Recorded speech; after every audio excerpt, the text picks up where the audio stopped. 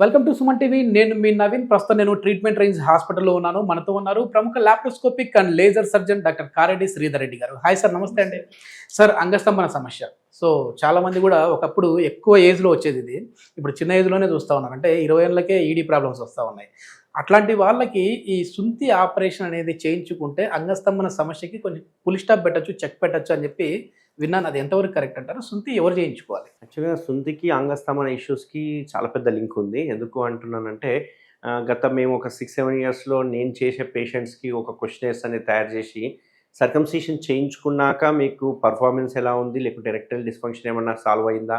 లేకుంటే ఎరెక్షన్‌లో ఏమైనా డిఫరెన్స్ ఉందా? అని క్వెషనైర్ అడగడం స్టార్ట్ చేశాము. సో వాళ్ళందరూ చెప్పింది ఏంది అంటే గనక, ముందుతో పోలిస్తే సర్కంసిషన్ సర్జరీ చేయించుకున్న తర్వాత ఎరెక్షన్ ఇంప్రూవ్ అయ్యింది, అండ్ కెపాసిటీ ఇంప్రూవ్ అయ్యింది, అండ్ పెయిన్లెస్ ఇంటర్ కోర్స్ అవ్వడం స్టార్ట్ అయ్యింది అని చెప్పి చాలామంది చెప్పారు. సో 100% ఏంటంటే సుంతి చేయించుకున్న తర్వాత ఎరెక్టైల్ డిస్ఫంక్షన్స్ అనేది సాల్వ్ అయ్యే అవకాశాలు చాలా వరకు ఉంటాయి. అయితే కొందరికి ఫిజియలాజికల్గా ఓకే, కానీ ప్యాథలాజికల్గా కొందరికి కండిషన్స్ ఉంటాయి. లైక్ పైరోనియస్ డిజీజ్ అని ఇట్లాంటి చాలా కండిషన్స్ ఉంటాయి. అట్లాంటి వాళ్ళకి ఎరెక్షన్‌కి అండ్ సుంతికి సంబంధం లేదు. బట్ యంగ్‌స్టర్స్ కావచ్చు, లేకపోతే మిడిల్ ఏజ్డ్ వాళ్ళు కావచ్చు, సుంతి చేయించుకున్న తర్వాత మాత్రం 100% ఎరెక్టైల్ డిస్‌ఫంక్షన్ సాల్వ్ అయ్యే అవకాశాలు చాలా ఉంటాయి. ఓకే. ఇదంటే ఏజ్‌ని బట్టి ఏమన్నా ఉంటదా సార్? ఇది చిన్న ఏజ్‌లోనే చేయించుకోవాలి, లేదంటే పెద్దవాళ్ళైనా చేయించుకోవచ్చు అనేసి ఏమన్నా ఉంటదా? సుంతి ఆపరేషన్‌కి ఏజ్ లిమిట్ అంటూ ఏం లేదు. పుట్టిన పిల్లోడి నుంచి ఎనీ ఏజ్ గ్రూప్ వాళ్ళు చేసుకోవచ్చు. దానికి తగ్గట్టుగా మన దగ్గర కూడా స్టాప్లర్స్ అనేవి అన్ని రకాల ఏజ్ గ్రూప్‌కి సరిపడిన స్టాప్లర్స్ ఉన్నాయి. ఇందులో మెజరింగ్ స్కేల్ ఉంటుందన్నట్టు. అందులో మనకు 11, 12 నుంచి 7 నెంబర్ స్టార్ట్ అయ్యి 36 వరకు ఉంటుందన్నట్టు. హైయెస్ట్ 36. సో ఏజ్ గ్రూప్‌ని బట్టి మనము ఈచ్ దాన్ని సెలెక్ట్ చేసుకుంటుంటాం. ఇక్కడ ఎరెక్టైల్ డిస్‌ఫంక్షన్‌కి సుంతికి ఎక్కడ లింక్ ఉంటది అంటే, ఎరెక్టైల్ డిస్‌ఫంక్షన్ రావడానికి చాలా కారణాలుంటాయి. అందులో 1, 2 కారణాలు చాలా ఇంపార్టెంట్ కారణాలు. ఒకటి, ఆ ఫ్రెన్యులమ్ ఏదైతే అటాచ్‌మెంట్ ఉందో, ఈ ఫ్రెన్యులమ్ అటాచ్‌మెంట్ ఏదైతే ఉందో, ఈ అటాచ్‌మెంట్ మనకి మంచిగా పైన ఇప్పుడు ఇలా ఉందనుకోండి, స్కిన్ ఇక్కడ అటాచ్ కావాలి. బట్ కొందరికి ఏమవుతుంది, ఇక్కడ అటాచ్ అవుతుంది, కొందరికి ఇక్కడ అటాచ్ అవుతుంది, కొందరికి ఏకంగా మూత్రం పోయే ద్వారం దగ్గర అటాచ్ అవుతుంది. ఇట్లాంటి వాళ్ళకి ఏమవుతుందంటే, ఈ ఎరెక్షన్ అయినప్పుడు స్ట్రేట్ ఉండకుండా ఇట్లా బెండ్ ఉంటుంది. బెండ్ ఉండే వాళ్ళకి ఇంటర్కోర్స్ చేయడానికి రాదు. ఆ భయంతో వాళ్ళకు సడన్గా ఎరెక్టైల్ డిస్ఫంక్షన్ స్టార్ట్ అయిపోతుంది. అట్లాంటానికి నేను సుంతి ఆపరేషన్ చేసి ఈ కటింగ్ చేసేసాను అనుకోండి, వాళ్ళకి ఎరెక్టైల్ డిస్ఫంక్షన్ సాల్వ్ అయిపోతుంది, పెయిన్ కూడా తగ్గిపోతుంది. కాబట్టి ఇంటర్కోర్స్ ఈజీగా అయిపోతుంది. కొందరికి స్కిన్నే టైట్ అయిపోతుంది. ఇట్లా స్కిన్ టైట్ ఉన్న వాళ్ళు ఏం చేస్తారు, ఎరెక్షన్ అయినప్పుడు స్కిన్ ముందరికి ఉండిపోతుంది, వెనక్కి రాదు. అట్లాంటి వాళ్ళు ఇంటర్కోర్స్ చేసేటప్పుడు పెయిన్ ఉంటుంది. పెయిన్ ఉండే వరకు వాళ్ళు సడన్గా ఆ పెయిన్ని తట్టుకోలేక వాళ్ళు ఇమీడియట్గా ఎజెక్ట్ చేస్తూ ఉంటారు. అంటే ఎర్లీ ఎజాక్యులేషన్ అంటాం, ప్రీమెచ్యూర్ ఎజాక్యులేషన్ అంటాం, అది అయిపోతుంది. ఇట్లాంటి వాళ్ళకి ఏంటంటే, నెక్స్ట్ టైం చేస్తే నేను 1 మినిట్లోనే అయిపోతుంది, నన్ను ఏమనుకుంటారన్న ఉద్దేశంతో, అవతల పార్ట్నర్ ఎట్లా చేస్తారో అనే భయంతో వాళ్ళకి ఎరెక్టైల్ డిస్ఫంక్షన్ స్టార్ట్ అయిపోతుంది. ఇది రెండో టైప్ ఆఫ్ ప్రాబ్లం అన్నట్టు. మూడో టైప్ ప్రాబ్లము, షుగర్ ఉన్న పేషెంట్స్, బెలనైటిస్. బెలనైటిస్ వాళ్ళకు కూడా అంతే. ఈ చర్మం టైట్ అయిపోయేసరికి వాళ్ళు ఇంటర్కోర్స్ చేసినప్పుడు విపరీతమైన మంట నొప్పి ఉంటుంది. ఆ మంట నొప్పి తట్టుకోలేక నెక్స్ట్ టైం ఇంటర్కోర్స్ చేయాలంటే భయపడతారు, వాళ్ళు దూరం అయిపోతూ ఉంటారు. ఇది థర్డ్ టైప్. ఇట్లాంటి వాళ్ళకి మాత్రం సర్కంసిషన్ చేయించుకుంటే 100% ఎరెక్టైల్ డిస్ఫంక్షన్స్ సాల్వ్ అవుతాయి, ప్రీమెచ్యూర్ ఎజాక్యులేషన్ సాల్వ్ అయిపోతుంది. ఇప్పుడు మీరు చెప్పిన దాంట్లో చూస్తే, అంటే ఈ సర్కంసిషన్ చేయించుకోవడం వల్ల వాళ్ళ టైమింగ్ కూడా ఇంక్రీజ్ చేసుకోవచ్చా? ఎందుకు అంటే, ఇక్కడ టైం గురించి మీరు మాట్లాడారు కాబట్టి, ఇక్కడ ఏమైందంటే చర్మం ఉండడం వల్ల దీని యొక్క సెన్సిటివిటీ అనేది ఉంటుంది. అంటే ఇట్లా ముట్టుకోగానే జిల్లుమనే సెన్సిటివిటీ ఉంటుంది. అదే మనం ఇప్పుడు చర్మం తీసే వరకు ఆ సెన్సిటివిటీ పోతుంది. పోయే వరకు వాళ్ళకు ప్రీమెచ్యూర్ ఎజాక్యులేషన్ ఉండదు. అదే ఒకవేళ మీకు చర్మం ఉందనుకోండి, ప్రీమెచ్యూర్ ఎజాక్యులేషన్ ఉండే అవకాశాలు చాలా ఎక్కువ ఉంటాయి. అదే ఆ సెన్సిటివిటీ తీసేసి చర్మం కానీ తీసేసామనుకోండి, వాళ్ళకు టైం ఇంక్రీజ్ అవుతుంది, అండ్ కంప్లీట్ పెయిన్లెస్ ఎరెక్షన్స్ అనేవి ఉంటాయి అన్నట్టు. ఓకే. ఇది మామూలుగా చిన్న ఏజ్‌లో చేయించుకుంటే అంగం అనేది సైజ్ కూడా పెరిగే విధంగా ఉంటుందని చెప్పేసి ఒక చోట నేను కమెంట్ చదివాను. అది నిజమే అంటారా? చిన్న ఏజ్ వాళ్ళు ఏమవుతుందంటే, చిన్న ఏజ్‌లో చర్మం టైట్ అయిపోయే వరకు ఇది అతుక్కపోతుంది కూడా కొన్నిసార్లు.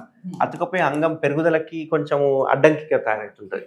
అట్లాంటి వాళ్ళకి మనం చర్మం తీసేసామనుకోండి, కొంచెం అంగం కూడా పెరిగే అవకాశాలు ఉంటాయి. అంగం పెరుగుదల అనేది కంప్లీట్‌గా హార్మోన్స్ డిపెండెంట్.